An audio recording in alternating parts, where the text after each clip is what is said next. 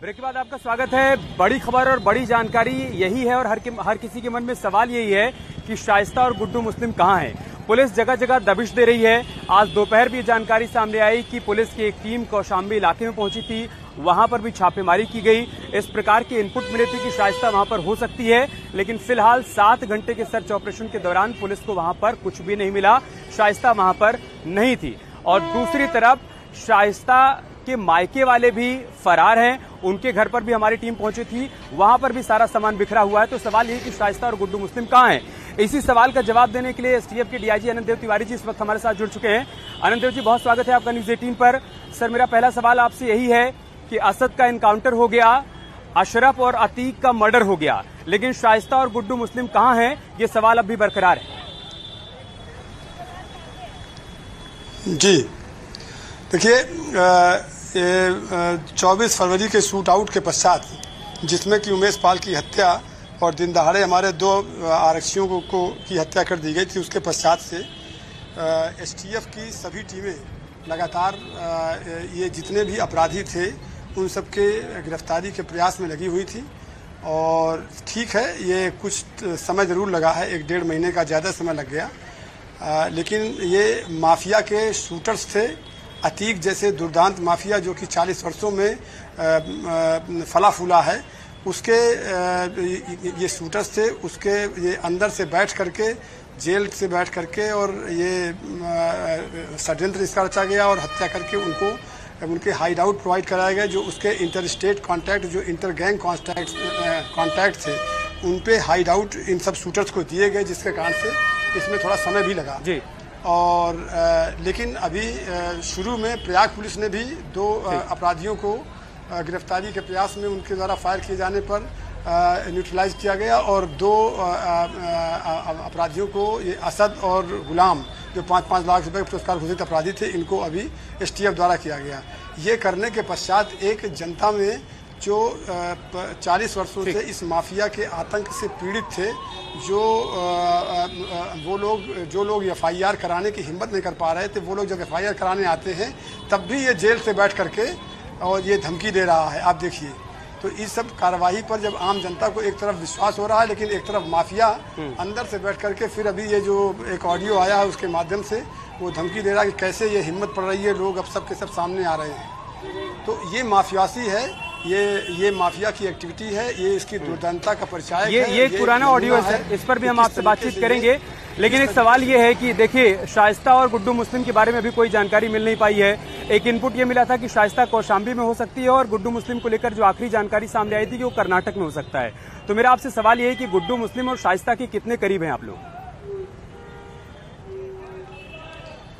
देखिए, शाइस्ता ये 50,000 रुपये का पुरस्कार इसमें घोषित किया गया है। टीमें लगी हुई हैं।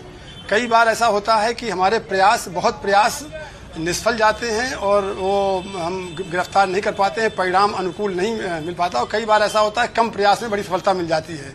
क्योंकि अब एक अपराधी के भागने के काफ़ी संभावनाएं होती हैं और अनंत संभावनाएं होती हैं, और हमारी पकड़ने की सीमाएं, तो उस पर हम लोग अपने जो भी हमारी एक्सपर्टीज है, जो भी हमारी कॉम्पिटेंस है, उसके माध्यम से जिला पुलिस और हम सब भी प्रयास कर रहे हैं। कुछ काम हुआ है, अभी सभी ढेर सारा काम बाकी है। जहां तक गुड्डू मुस्लिम की बात है, गुड्डू मुस्लिम पिछले 30-40 साल का बहुत बड़ा अपराधी है। ये गुड्डू बम्बाज नाम के से कुख्यात रहा है, और ये इसके पहले भी फरारी काटने का उस्ताद है। तो फरारी काटने की जेल पुलिस से कैसे बचना है, इस चीज में उस्ताद रहा है, इसलिए थोड़ी दिक्कत आ रही है। और जहां तक शाइस्ता की बात है, तो शाइस्ता चूंकि ये पर्दा नसीं औरत हैं और इनका ये बुर्के में भी तो इन्फॉर्मर भी है क्या सर? उसके इन्फॉर्मर भी है क्या कि आपके पहुंचने से पहले गुड्डू मुस्लिम तक ये सूचना पहुंच जा रही है कि एसटीएफ दबिश देने वाली है, उस तक पहुंचने वाली है?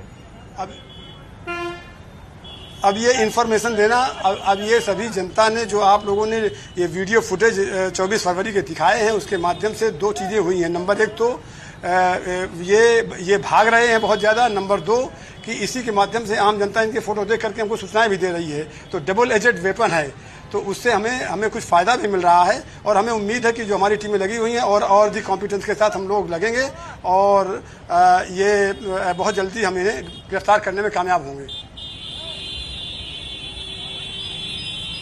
जी सर, अब कुछ ऐसे सवाल जो प्रयागराज की पब्लिक के मन में चल रहे हैं, चूंकि मैं प्रयागराज में मौजूद हूं, ये तीनों शूटर्स जिनको गिरफ्तार किया गया है, जिन्होंने सरेंडर किया, ये तीनों अलग अलग जगहों से, एक बांदा से, एक हमीरपुर से, एक कासगंज से। तो लोग ये जानना चाहते हैं, लोगों के मन में सवाल है कि तीनों मिले कैसे, इनका मकसद क्यों बना अतीक और अशरफ के मर्डर को लेकर, क्या इनके पीछे कोई बड़ी मछली है, कुछ और बड़ी बातें जो सामने आ पाई हैं?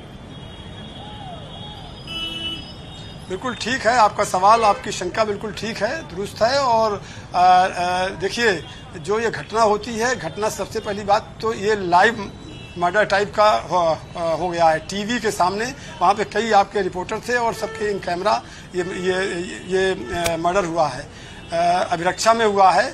निश्चित तौर पे चिंता की बात है, लेकिन साथ ही में पुलिस ने तीनों शूटर्स को वहाँ पे गिरफ्तार किया है।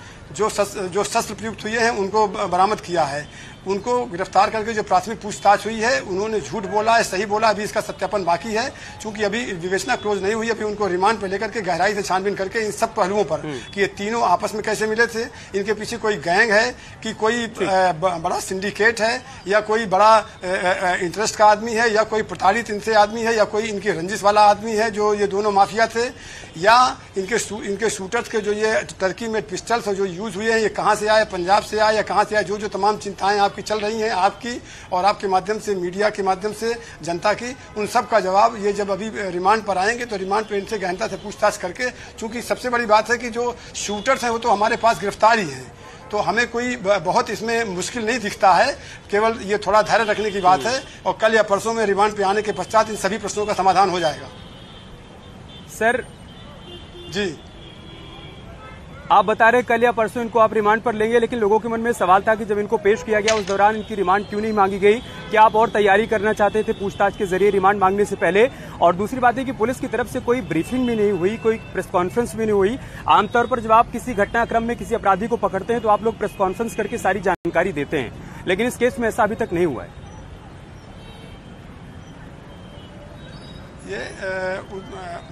जब ये घटना हुई थी, देखिए ये प्रयाग पुलिस इसमें इन्वेस्टिगेशन कर रही है। जब ये घटना हुई थी तो उसमें कुछ पहले लॉ एंड ऑर्डर और तमाम चीज़ें ये आ गई थी, तो पहले ये होता है कि लॉ एंड ऑर्डर और उस चीज़ को कंट्रोल किया जाए, और फिर इसमें विवेचना उसमें सेकेंडरी बात होती है। विवेचना इसमें की जा रही है। एक टीम अब SIT का गठन हो गया है, सुपरवाइजरी SIT का गठन शासन द्वारा कर दिया गया है। इस पर बहुत गहराई से छानबीन करके सभी इसके पहलू जितने आपके दिमाग में और आम जनता के माध्यम से आम जनता के दिमाग के जो भी प्रश्न आ रहे हैं, उन सब का समाधान बहुत जल्दी हो जाएगा। कल ही परसों में कोई बहुत दूर की बात नहीं है।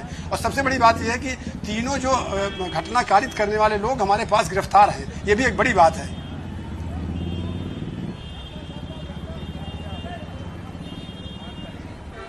सर, क्या आप ये कहना चाहते हैं कि कल परसों में गुड्डू मुस्लिम या शाइस्ता गिरफ्तार हो जाएंगे, या फिर इनकी रिमांड के बाद आप मीडिया से या फिर लोगों से कुछ बातें साझा करने वाले कि इनसे पूछताछ के जरिए क्या बातें सामने आएंगी? क्या कहना चाहते हैं आप? नहीं, देखिए ऐसा है, मैं क्या कहना चाहता हूँ, आप जो पूछिए मैं उसका जवाब देने की कोशिश कर रहा हूँ, नंबर 1। नंबर 2, ये जो दोनों चीज़ें आपने कही कि गुड्डू मुस्लिम और शाइस्ता गिरफ्तार हो जाएंगे, ये एक विषय है, इसके लिए अलग से टीमें लगी हुई हैं, उनका प्रयास सफल हो जाएगा, अच्छी बात है। भविष्य में ज्योतिषी नहीं हूँ कि मैं बता पाऊँ कल हो पाएंगे या 10 दिन बाद होंगे, नंबर 1। नंबर 2, जो आपने कहा इसका खुलासा निश्चित तौर पर ये कल के पश्चात जब रिमांड पर होंगे, तब रिमांड पर लेने के पश्चात निश्चित तौर पर पूछताछ के माध्यम से सब चीज़ें सामने आ जाएंगी। बहुत कोई मुश्किल काम नहीं मुझे दिखता है, इसलिए मैं कह रहा हूँ कि इसका सबका खुलासा आपके सामने हो जाएगा। जी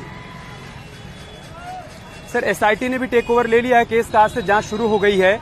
ऐसे में क्या आप बता पाने की स्थिति में हैं कि उस दौरान जो पुलिसकर्मी वहां पर मौजूद थे उनका रिस्पांस क्या था? क्योंकि लोगों के मन में सवाल है कि वहां पर 18 के आसपास पुलिसकर्मी मौजूद थे, उनकी मौजूदगी में तीनों शूटर्स आते हैं, वारदात को अंजाम देके चले जाते हैं, तो एक सवाल यहां पर कानून व्यवस्था पर खड़ा हो रहा है। सर देखिए, सवाल आपका दुरुस्त है। मैं इसको ये कस्टडी में जो हत्या हुई है ये निश्चित तौर पर चिंता का विषय है, लेकिन साथ ही में गिरफ्तारी भी की गई है। एक सिपाही घायल हुआ है, एक क्रॉस फायरिंग में अपराधी को भी गोली लगी है। दूसरी बात कि जो ये 18 पुलिसकर्मी तो अचानक ये मीडिया के कवर में नज़दीक तक पहुंच करके और जब फायर शुरू हो गया तो मुश्किल से कुछ सेकंडों में ये चीज हो गई और उसके पश्चात तो जब तक आदमी समझ पाता है तो उसके पश्चात उनको गिरफ्तार भी कर लिया। ये भी एक चीज आपके दिमाग से ये चीज आनी चाहिए। आम जनता अब उनके रिएक्शन पर, उनके उनकी कार्यवाही पर प्रश्न खड़ा कर रही है। ये जांच का विषय है, इस पर भी वैसे जांच हो रही है। जांच के लिए कमेटी बैठा दी गई है कि इसमें किसी की लापरवाही या किसी की अगर कोई चीज कमी पाई जाती है तो उस पर कार्यवाही भी इसमें की जाएगी। लेकिन ये सब चीज इन कैमरा है तो बहुत ज्यादा स्कोप भी नहीं है। आप भी देख रहे हैं, वही हम भी देख रहे हैं। और ये जो घटना हुई है ये पूरे देश के सामने है। तो और 3 की गिरफ्तारी भी है। तो इसके सब पहलू सामने आ जाएंगे। अगर किसी की लापरवाही है तो भी उस पर कार्यवाही हो जाएगी। और जो इनके पिस्टल से लेकर के बाकी जो इनका मोटिव क्या है, रियल मोटिव क्या है, कौन पीछे है, वो भी सामने आ जाएंगे। ठीक है सर, जैसे आप चाहते हैं कि पूरा सच सामने आए, हम भी यही चाहते हैं कि पूरा सच सामने आए और प्रयागराज की पब्लिक भी यही चाहती है कि पूरा सच सामने आए और हम उम्मीद करते हैं कि आप सच की पड़ताल कर पाएं। बहुत बहुत शुक्रिया।